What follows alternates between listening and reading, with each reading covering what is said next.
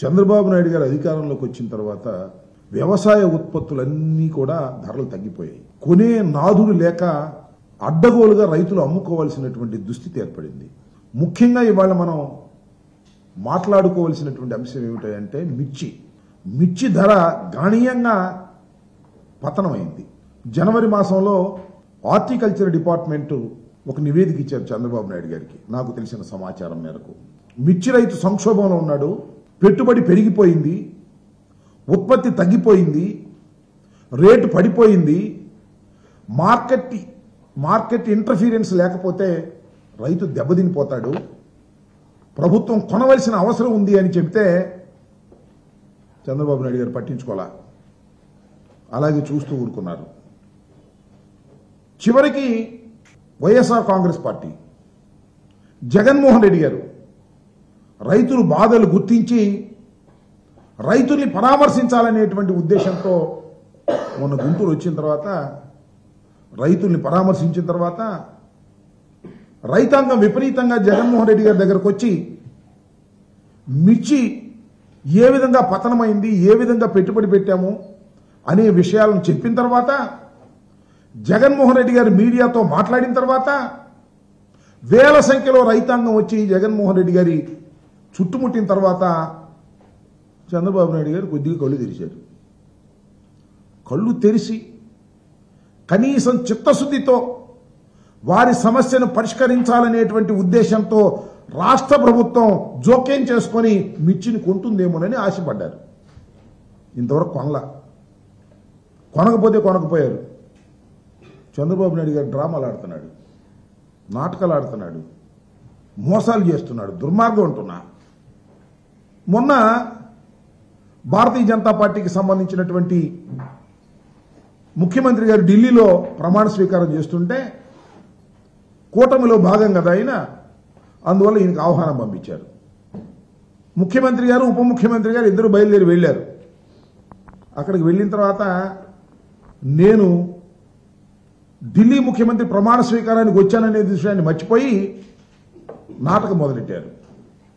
కేంద్ర వ్యవసాయ శాఖ మంత్రితో మాట్లాడుతున్నాం, మిర్చి ధర ఇంటర్వెన్షన్ కమ్మని కోరుతున్నాం, ఒక లెటర్ రాశాం, ఆయన వీడియో కాన్ఫరెన్స్లో మాట్లాడాం, ఆయన ఒక సమావేశం ఏర్పాటు చేస్తా అన్నాడు, ఇట్లాంటి మాటలు చెప్తున్నాడు.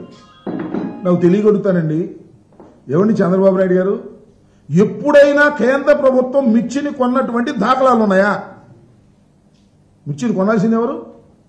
రాష్ట్ర ప్రభుత్వం. మార్క్ఫెడ్ రంగంలోకి దింపడానికి ఏంటి ఆలస్యం నాకు అర్థం కాలేదు.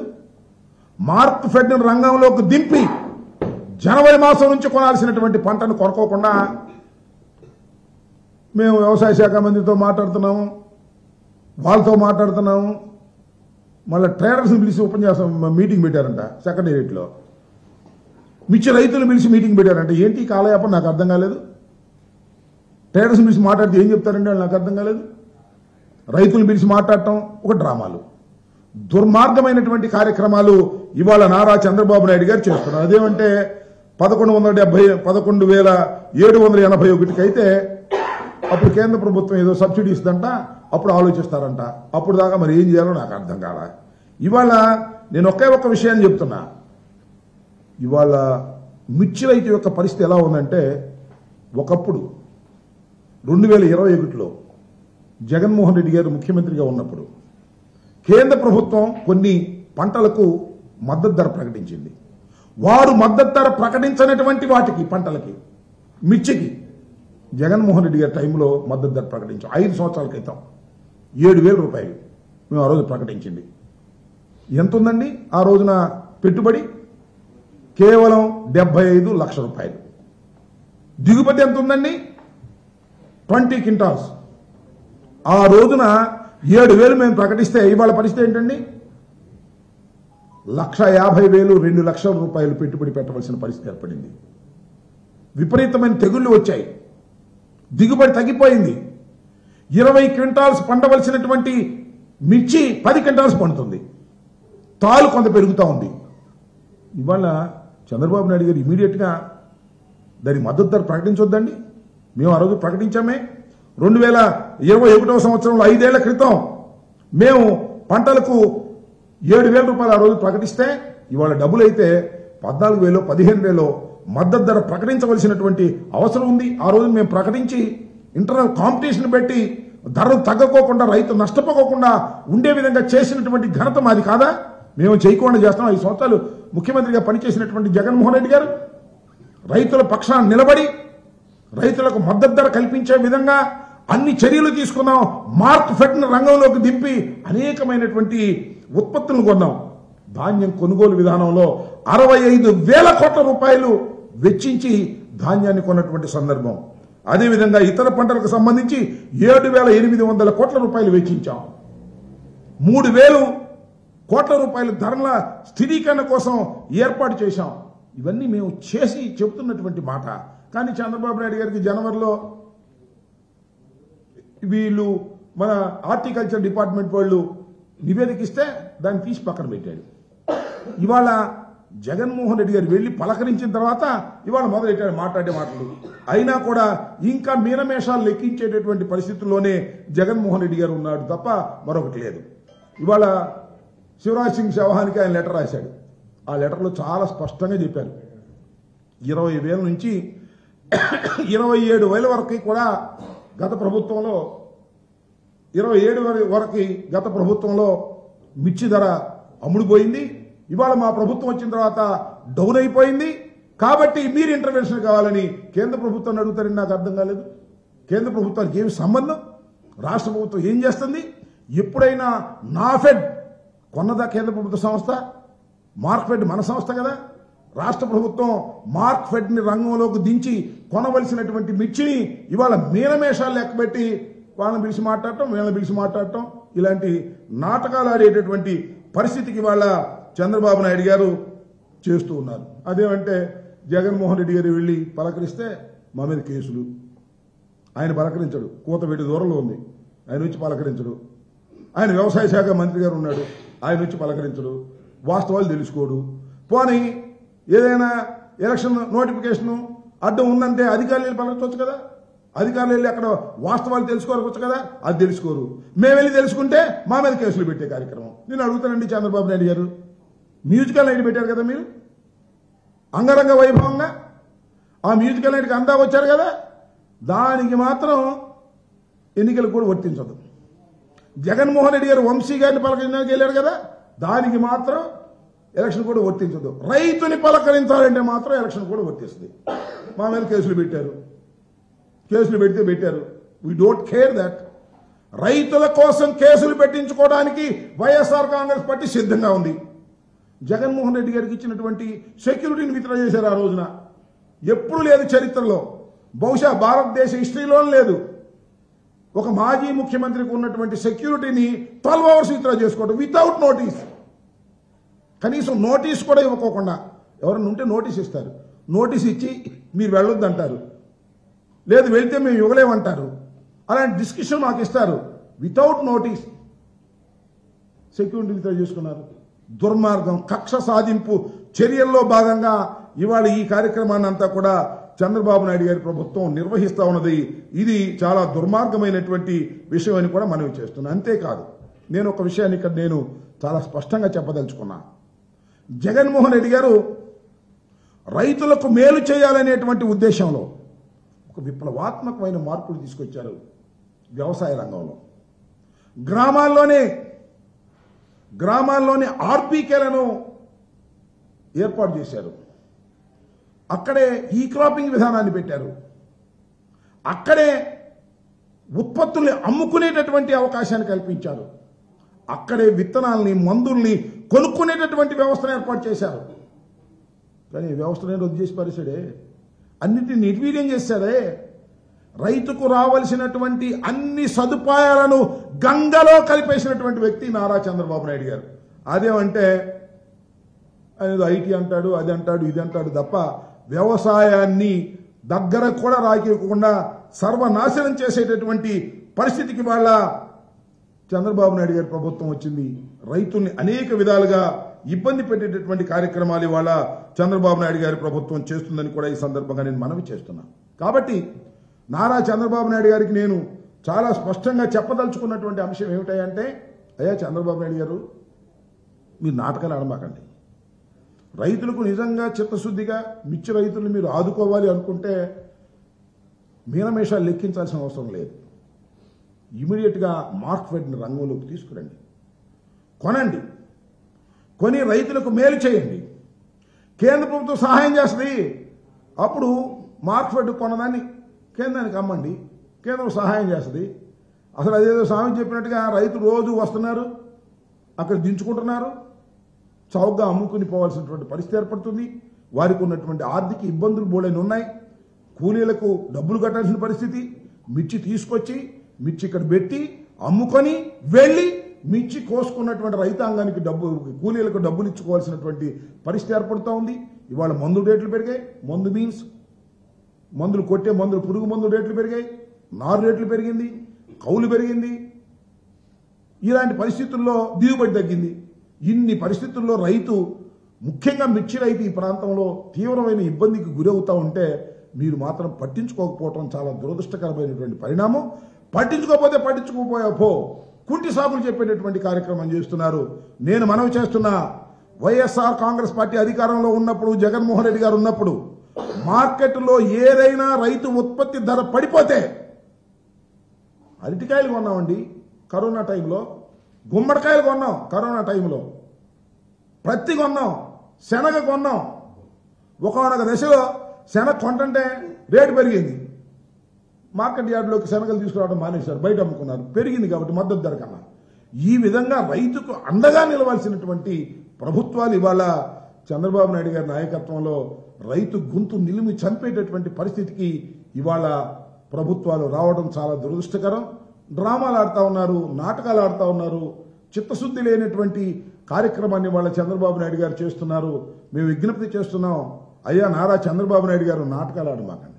నాటకాలు ఆడటంలో చంద్రబాబు నాయుడు గారిని, మరి వాళ్ళ అబ్బాయి లోకేష్ గారిని మించిన వాళ్ళు ఎవ్వరు లేరు. ఇంకో నాటకం ఆడారు చూశారు కానీ నిన్న, పోస్ట్పోన్మెంట్, గ్రూప్ 2 ఎగ్జామ్స్ పోస్ట్పోన్మెంట్. వీళ్ళు లెటర్ రాశారంట, కానీ ఏపీపీఎస్సీ ఒప్పుకోలేదంట. ఈ లెటర్ రాస్తే ఏపీపీఎస్సీ ఒప్పుకోకపోవడం ఏంటి? What is this drama? మళ్ళీ అక్కడ నిరుద్యోగుల్ని మోసం చేసేటటువంటి కార్యక్రమం. రైతులు మోసం చేస్తారు, నిరుద్యోగుల్ని మోసం చేస్తారు.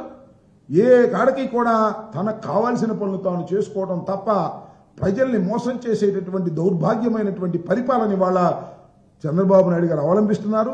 9 మాసాలకే ఇది రైతు వ్యతిరేక ప్రభుత్వం, విద్యార్థి వ్యతిరేక ప్రభుత్వం, ఇది నిరుద్యోగుల వ్యతిరేక ప్రభుత్వం అని ముద్ర వేసుకున్నటువంటి సందర్భాన్ని మీ అందరికీ నేను గుర్తు చేస్తున్నా.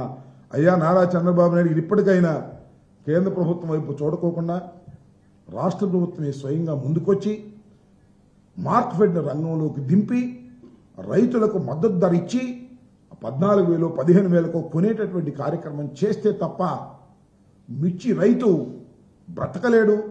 ఇవాళ అత్యధికమైన పెట్టుబడులు పెట్టి మిర్చి రైతు చాలా సర్వనాశనం అయిపోయాడు, ఆత్మహత్యలు చేసుకునే ప్రమాదం ఉంటుంది. కాబట్టి మీరు తక్షణమే రంగంలోకి దిగి మీరు నాటకాలు ఆడుకోకుండా మిర్చి రైతుకును ఆదుకునేటటువంటి కార్యక్రమం చేయాలని, అలా చేయడం ద్వారా మాత్రమే ప్రజలకు, రైతులకు మీరు మేలు చేసిన వాళ్ళు అవుతారని, కేంద్ర ప్రభుత్వంతో నాటకాలు ఆడే కార్యక్రమాలు. ఆయన ఎవరో చెప్తున్నాడు, ఒక ఎంపీ గారు శివరాజ్ సింగ్ చౌహాన్తో మాట్లాడటం వల్ల 11,781 ఎంతో దానికి వాళ్ళు అంగీకరించారు, ముఖ్యమంత్రి గారికి శుభాకాంక్షలు. ఒకరికొకరు గ్యాస్ కొట్టుకునే కార్యక్రమాలు ఏంటో నాకు అర్థం కావట్లా. రైతులకు కొనేటటువంటి కార్యక్రమం చేయకుండా 1 కిలో కూడా కొనలా ఇంతవరకు. ట్రేడర్స్ని పిలుస్తారు, నాటకం ఆడతారు, రైతులను పిలుస్తారు, నాటకం ఆడతారు. రైతేమో అలో రక్షణ అని రోడ్డు మీద పడి బాధపడుతున్నాడు. ఇలాంటి డ్రామాలు ఆడే కార్యక్రమాలు మానాలని, తక్షణమే రాష్ట్ర ప్రభుత్వం ఇంటర్వెన్షన్ అయ్యి కొనుగోలు చేసే కార్యక్రమాలు చేయాలని ఈ సందర్భంగా మేము కోరుతున్నాం. సరే, మా మీద ఎన్ని కేసులు పెట్టినా ఏం పెట్టినా వీఆర్ నాట్ కేరింగ్ దిస్. ఇంకా కేసులు పెట్టుకుంటారు మాకు తెలుసు. రైతుల పక్షాన పోరాటంలో ఎట్టి పరిస్థితుల్లోనూ వైఎస్ఆర్ కాంగ్రెస్ పార్టీ, జగన్మోహన్ రెడ్డి గారి నాయకత్వంలో వెనుకాడమని, కేసులకు భయపడమని కూడా ఈ సందర్భంగా మేము చెప్పదలుచుకున్నాం. ఇప్పుడు మిర్చిలో అంటే నాకు కూడా మిర్చి గురించి చాలా తక్కువ తెలిసిన, మిర్చిలో రకరకాలైనటువంటి వెరైటీస్ ఉన్నాయి. Teja variety is a top variety. దాని ధర టాప్లో ఉంటుంది. దానికన్నా దిగువన ఉన్నవి చాలా వ్యత్యాసాలు ఉంటాయి. ఒక్కో దానికి 2,000 3,000 వ్యత్యాసాలు ఉంటాయి. నాకు తెలిసినంత వరకు ఇవాళ తేజ వెరైటీ సుమారుగా 12,000, ఆ చిలుక సుమారుగా అటు ఇటుగా కొంటున్నారు. కడవాయన్ని 8,000, 7,000 కొంటున్నారు. పైగా ఈ పండించిన వాటిలో కూడా తాలు చాలా విపరీతంగా ఉంటుంది. దానివల్ల రైతులు చాలా నష్టపోతారు. ఇక్కడ బేసిక్గా మనం గుర్తుపెట్టుకోవాల్సింది ఏంటంటే ప్రభుత్వాలు రైతు నష్టపోతున్నప్పుడు ఇంటర్వెన్షన్ అయ్యి రైతుకు లాభం చేసే విధంగా చేయాలి. లాభం లేదు కనీసం వాడి పెట్టుబడి వాడికి అందే విధంగా అయినా సరే మనం చేయాల్సినటువంటి అవసరం ఉందా లేదా? అదే కదా చేయాల్సింది. అది చేయకోకుండా ఉపన్యాసాలు ఏంటి నాకు అర్థం కాల, మీటింగ్లు ఏంటి నాకు అర్థం కాల, ఉత్తరాలు ఏంటి నాకేం అర్థం కాల. ఏమిటిదంతా కూడా ఆడ వెళ్తాం కేంద్ర మంత్రి గారితో మాట్లాడడం అయిపోయిందని ఈనాడు ఆంధ్రజ్యోతిలో ఫ్రంట్ పేజీలు వేసేయటం. రైతు సోదరులారా మీరేం భయపడాల్సిన అవసరం లేదు, మీకు అండగా ఉంటుంది. ఏంటి అండగా ఉండేది? కిలో మిర్చి కూడా కొనుక్కోకుండా నువ్వు అండగా ఉండేది ఏంటో నాకు అర్థం కాల. నువ్వు కొంటే కదా ఇదిగో ఇన్ని క్వింటాల్స్ మేము కొంటాం, ఈ రేటుకు మేము కొంటాం, ఇదిగో ఈ తేజ వెరైటీని ఇంత కొంటాం, ఫలానా వెరైటీని ఇంత కొంటాం, ఇంత కొంటాం, మీ రైతులు అమ్ముకోమాకండి మిర్చి కమిషన్దారులు కానీ చెప్పాలి కదా. అదేం చెప్పుకోకుండా ఏం కంగారు పడమాకండి మేము వస్తాం ఆదుకుంటాం అంటే ఏంటి ఆదుకునేది నాకు అర్థం కాల. పచ్చి మోసం దగ. అది కూడా ఇప్పుడు జగన్మోహన్ రెడ్డి గారు వెళ్ళి పలకరించిన తర్వాత జగన్మోహన్ రెడ్డి గారి దగ్గరికి రైతులు విపరీతంగా వచ్చిన తర్వాత భయపడి రాజకీయంగా చేస్తున్నటువంటి నాటకం తప్ప చిత్తశుద్ధే లేదు చంద్రబాబు నాయుడు గారికి. ఇవాళ కాదు ఎప్పుడు రైతుల పక్షాన చిత్తశుద్ధి లేనటువంటి ముఖ్యమంత్రి ఆయన మరొకసారి నిరూపించుకున్నాడు. వీఆర్ డిమాండింగ్ నౌ అట్లీస్ట్ ఇప్పుడైనా సరే చంద్రబాబు నాయుడు గారు ప్రభుత్వం మార్కెట్ రంగంలోకి దింపి రేపటి నుంచి కొనమనండి సంతోషం. మా టైంలో 27,000 మ్యాక్సిమం రేటు ఆయన ఒప్పుకున్నాడు, మేము చెప్పవసరం. శభాష్ ఇవాళ 30,000 పెంచేసామని చెప్పమానండి, మేము కూడా శభాష్ చంద్రబాబు నాయుడు చాలా గొప్పవాడు, రైతుల పక్షపాతి, రైతులు గిట్టుబాటు ధర లేకపోయినా 30,000 రూపాయలు కొనిపించాడు. మా టైంలో 27,000 రూపాయలే అని మేము కూడా మెచ్చుకుంటాం. అదేం లేదు, మాటలైతే చెప్తున్నాడు గొప్ప మాటలని. ఉదయం తొందరపడమాకండి, కంగారు పడమాకండి, మీకెందుకు మేమున్నాం, రైతులారా ఆదుకుంటాం. 1 కిలో మాత్రం మిర్చి కొనే పరిస్థితి లేదు. అమ్ముకుంటున్నారమ్మా వచ్చి మిర్చి యార్డులోకి వచ్చి తక్కువ ధరలకి 7,000, 8,000 తేజ కాక మిగతాయి. ఇవాళ 11,781 రూపాయలకు అన్న తగ్గితే మేము కొంటాం, మేము ఇస్తాం అంటున్నారు. ఈ తేజ తప్ప కడవని తక్కువ ధరలే, ఏం కావాలి వాటికి? సో చంద్రబాబు నాయుడు గారు మిర్చి రైతుల్ని పచ్చి మోసం చేసేటటువంటి కార్యక్రమం చేస్తున్నారు. ఇది సరైనటువంటి పద్ధతి కాదు. రైతుని ఆదుకోవాలనేటువంటి చిత్తశుద్ధి చంద్రబాబు నాయుడు గారికి లేకపోవటం దురదృష్టం. ఇప్పటికైనా మేల్కొనండి, రైతును ఆదుకునేటటువంటి కార్యక్రమం చేయమని ఈ సందర్భంగా మేము మీ ద్వారా వారిని కోరుతున్నాం. నో నేననేది 27,000 రూపాయలు మ్యాక్సిమం ధర వైఎస్ఆర్ కాంగ్రెస్ పార్టీ అధికారంలో ఉన్నప్పుడు మిర్చికుంది. 20 నుంచి 27,000. మేమనేది ఏంటంటే అయ్యా చంద్రబాబు నాయుడు గారు 30,000 కొనిపించి మేము జగన్మోహన్ రెడ్డి కన్నా గొప్పవాడమని మీసం తిప్పండి అయ్యా బాబు అంటున్నాం. అంతకు మించి ఏం లేదు. నువ్వు 30,000 కొనేది లేదు, పెట్టేది లేదు, కనీసం 14,000-15,000 కొను. మార్కెట్ ఇంటర్వెన్షన్ రా, అసలు నువ్వు కొంటవా లేదా రా సంగతి. మార్కెట్లో జోక్యం చేసుకో, ప్రభుత్వం అడుగు వేయి. అదే సాయం చెబితే వీడి మీద వాడి మీద వీడి చెప్పుకున్నట్టుగా కేంద్ర ప్రభుత్వం అంటాడేంటి? ఎప్పుడైనా కేంద్ర ప్రభుత్వం కొందా? ఆయన సీనియర్ మోస్ట్ కదా, 45 సంవత్సరాల రాజకీయ జీవితం కదా, 3వసారి 4వసారి ముఖ్యమంత్రి కదా. ఎప్పుడైనా కేంద్ర ప్రభుత్వం మిర్చిని కొన్నదా? నా ఫెడ్ ఇప్పుడు మార్క్ ఫెడ్ కదా కొనేది. కొత్త భాష చెప్తాడేంటి అంటే తప్పించుకుపోవడం.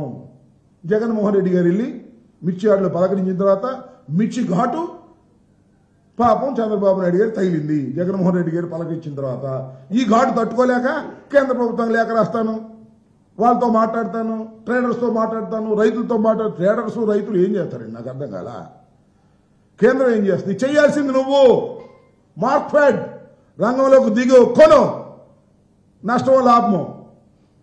3,000 కోట్ల రూపాయలు మేము స్థిరీకరణ నిధి పెట్టి కొన్నమాట వాస్తవం కాదా? మేము తప్పు చెబుతున్నావా? ప్రత్తి కొనలేదా, శనగ కొనలేదా, కంది కొనలేదా, ధాన్యం కొనలేదా? 65,000 కోట్ల రూపాయలు పెట్టి 7,800 కోట్ల రూపాయలు పెట్టి ఇతరత్ర మిగతాలు కొనలేదా? కరోనా టైంలో గుమ్మడికాయలు కొన్నాం, కరోనా టైంలో అరటికాయలు కొన్నాం. రైతును కాపాడాలి, రైతు నష్టపోకూడదు, ప్రభుత్వం నష్టపోయినా పర్వాలేదు అనేటువంటి భావనతో పనిచేసినటువంటి ప్రభుత్వం మా ప్రభుత్వాన్ని చూసైనా సిగ్గు తెచ్చుకో అని అనలేం కానీ పెద్దవాడిని చెయ్యబోయా అంటున్నా. మేము చేశాం కదా, చేయకుండా చెప్పలేదుగా, మేము సొరకాయలు కొట్టలేదుగా, మేము చేశాం కదా, కళ్ళ ముందు కనపడుతుంది కదా, 5 సంవత్సరాల క్రితమే కదా, 2021లో మేము మార్కెట్ ధరలు నిర్ణయించాం కదా, ఎంఎస్పీలు చంద్రబాబు నిర్ణయించలే. రైతులంటే ఆయన గిట్టదు, అన్ని సర్వనాశనం చేశాడు. గ్రామాల్లో మేము పెట్టిన ఆర్బీకేలు అన్నిటినీ సర్వనాశనం చేసి వాళ్ళు ఏదేదో కబుర్లు చెప్తే కార్యక్రమానికి చంద్రబాబు నాయుడు గారు దిగజారిపోయాడని కాకపోతే అంటే వాయిస్తున్నారు, దరువు వేస్తున్నారు. పేపర్ చూడంగానే ఆ 2 పేపర్లు దరువు. ఏం కంగారు పడ మాకండి, త్వరలో మేము ఉన్నాం, కొంటాం. అయ్యో స్వామి చెప్పినాడు, సత్యదాకా ఉంటే నీ పెళ్లి చేస్తానంట ఒకడు. బతకొద్దు రైతు, నువ్వు మీటింగ్లు పెట్టేదాకా. ఓకే, ఆల్రెడీ స్వామి చెప్పినట్టు మేము అడిగేది ఒకటే గుర్తుపెట్టుకోండి. రాష్ట్ర ప్రజానీకానికి చెప్తున్నా, మేధావులకు చెప్తున్నా, డీజీపీకి చెప్తున్నా, జగన్మోహన్ రెడ్డి గారికి సెక్యూరిటీ అనేది బై వర్చ్యూ అంటే ఎక్స్ చీఫ్ మినిస్టర్గా Z+ సెక్యూరిటీ వచ్చింది. ఆయనకి దయాదాక్షిణ్యంతో ఇచ్చింది కాదు. దాన్ని వితౌట్ నోటీస్ ఎలా విత్డ్రా చేసుకుంటారో అంటున్నా. నాకు సెక్యూరిటీ ఇచ్చారండి, నా సెక్యూరిటీ నాకు తెలియకుండా విత్డ్రా చేసుకుంటే సడన్గా అప్పుడు ఏ రఫీ వచ్చి నన్ను కాల్ చేస్తే ఈ విషయం తెలుసుకుని నాకు తెలియదు. నా సెక్యూరిటీ విత్డ్రా చేసినట్టు నాకు తెలియాలిగా, నాకు నోటీస్ ఇవ్వాలిగా, మాజీ ముఖ్యమంత్రి గారు నోటీస్ ఇవ్వాలిగా, నాకు ఇవ్వాలిగా, నాకు సెక్యూరిటీ నాకు ఇవ్వాలిగా నోటీస్. అయ్యా ఇవాళ నుంచి మీరు వేరే ఏర్పాట్లు చేసుకోండి, మీకున్న సెక్యూరిటీని పలానా కారణంతో తీసేస్తున్నామని చెప్పాలిగా. చెప్పుకోకుండా సడన్గా తీసేసి రఫీకి చెప్తే రఫీ వచ్చి కాల్ చేస్తే ఏమైపోవాలి? This is the logic. దుర్మార్గం. చంద్రబాబు నాయుడు గారికి కక్ష ఉండవచ్చు, ఎందుకంటే ఆయన టైంలో జైలుకి వెళ్ళాడు కాబట్టి. మా నాన్న జైలుకి వెళ్ళాడని లోకేష్ కక్ష ఉండొచ్చు. అయ్యా డీజీపీ గారు మీకేం కక్ష అండి? నాకు అర్థం కాదు. ఏమండి ఐజీ గారు మీకేం కక్ష అండి? మీరు your IPS officers, Indian police service, ఈ రాష్ట్రం వాళ్ళు కాదు. మీకేంటి అసలు నోటీస్ ఇవ్వకోకుండా ఒక ఎక్సీఎం యొక్క సెక్యూరిటీని, దట్టు Z+ సెక్యూరిటీని మీరు హఠాత్తుగా విత్డ్రా చేసుకోవడం ఎంత దుర్మార్గం అండి. దీని వెనకాల కుట్ర ఉంది అంటే నమ్మొచ్చేమని అనిపిస్తుంది కదా.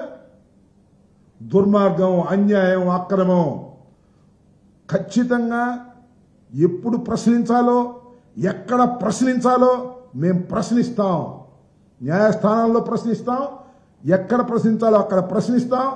దానికి జవాబుదారీ చెప్పవలసింది ఈ రాష్ట్ర డీజీపీ, ఈ రాష్ట్ర పోలీస్ యంత్రాంగం, నాట్ పొలిటీషియన్స్. చంద్రబాబు నాయుడు ఏం అడగరు. ఏమంటే డీజీపీ గారు ఎందుకు తీశారని నోటీస్ లేకుండా డీజీపీ గారిని అడుగుతారు. లేదండి మాకు లోకేష్ గారు చెప్పాడండి అందుకని తీసేసామని చెప్తాడా? రేపు చూద్దాం. నేను ఇంకోటి కూడా చెప్తున్నా, ఆల్ ఐపీఎస్ ఆఫీసర్స్ మీ అందరికీ కూడా నేను మనవి చేస్తున్నా. జగన్మోహన్ రెడ్డి గారు మొదటిసారి 5 సంవత్సరాలు ముఖ్యమంత్రిగా చేశారు. 52 సంవత్సరాలే ఆయనకి. ఎన్నిసార్లు ముఖ్యమంత్రిగా చేస్తాడో మీరే చూస్తారు. మేము చూస్తామో లేదో తెలియదు. ఏం ఐపీఎస్ ఆఫీసర్ ఉంటారు కదా, వాళ్ళు చూస్తారు. ధర్మం కాదు ఇది, అన్యాయం. రేపు పొద్దున్నే వెళ్తున్నాడని చెప్పేసి మీరు విత్డ్రా చేసేసుకుంటారా సెక్యూరిటీని? రేపు మా మీద కేసు పెట్టారండి ఊని అనుకుందాం, నాగరాజు ఏమని, మీరు ఎలక్షన్ కోడ్ను ఉల్లంఘించారు అని కేసు పెట్టారు మా మీద. విచారణ చేసిన తర్వాత వీళ్ళు ఎలక్షన్ కోడ్ని ఉల్లంఘించలేదని కొట్టేశారండి. అప్పుడు ఏం చేస్తాం? కేసులు నిలబడుతున్నాయా? ఎన్ని కేసులు పెట్టారు ఇప్పటికి? నిలబడ్డాయా? రాజశేఖర రెడ్డి గారి మీద కూడా కేసులు ఉన్నాయి ఎలక్షన్ కోడ్ను సంబంధించి. అవి నిలబడతాయా కేసులు? సో కక్షతో చంద్రబాబు నాయుడు గారు లోకేష్ చేతుల్లో బొమ్మల్లాగా ఐపీఎస్ ఆఫీసర్లు యాక్ట్ చేయటం తప్పు, ధర్మం కాదు. అనుభవిస్తారు. దీనికి సమాధానం చెప్పాల్సిన పని వస్తుంది. ఇవ్వాల్సిన సెక్యూరిటీ ఇచ్చామంటారేంటి? డీజీపీ గారు అన్నాడా? సెక్యూరిటీ విత్డ్రా చేసుకున్నారు కదా, చేసుకోలేదని చెప్పమన్నాడు. పోనీ నాకేం అభ్యంతరం లేదు. మేమేం విత్డ్రా చేసుకోలేదండి, ఆయన Z+ సెక్యూరిటీ ఆ రోజు కూడా ఉందని చెప్పమనండి. ఆ రోజు లేదు, మీరు అందరూ చూశారుగా. మళ్ళీ అక్కడికి వెళ్తే ఉంది. పాలకొండ వెళ్తే ఉంది, మళ్ళా అంతకు ముందు రోజు ఉంది. ఏంటిది? ఒకసారి ఒక తప్పు చేస్తే దాన్ని ప్రశ్నిస్తూనే ఉంటారు. ప్రశ్నించే సమయం వచ్చినప్పుడు తప్పనిసరిగా ప్రశ్నిస్తాం, దానికి సమాధానం చెప్పుకోవాల్సిన పరిస్థితి కూడా ఉంటుందని కూడా ఈ సందర్భంగా చెబుతున్నాం. కేంద్ర హోంశాఖ మంత్రికి ఎమ్మటి చెబుతారండి, చెప్పాల్సిన సమయం చెప్తారు. కేంద్ర హోంశాఖ మంత్రికి చెప్పాలో లేకపోతే న్యాయస్థానాలు అడగాలో. మన గవర్నర్ గారిని కలిసాం కదా, గవర్నర్ గారిని కలిసాం. ఒక ప్రతినిధి బృందం వెళ్ళి గవర్నర్ గారిని కలిస్తే నాకు గవర్నర్ గారితో మాట్లాడినప్పుడు నాకు అర్థమైంది ఏంటంటే ఆయన ఆశ్చర్యపోయాడు.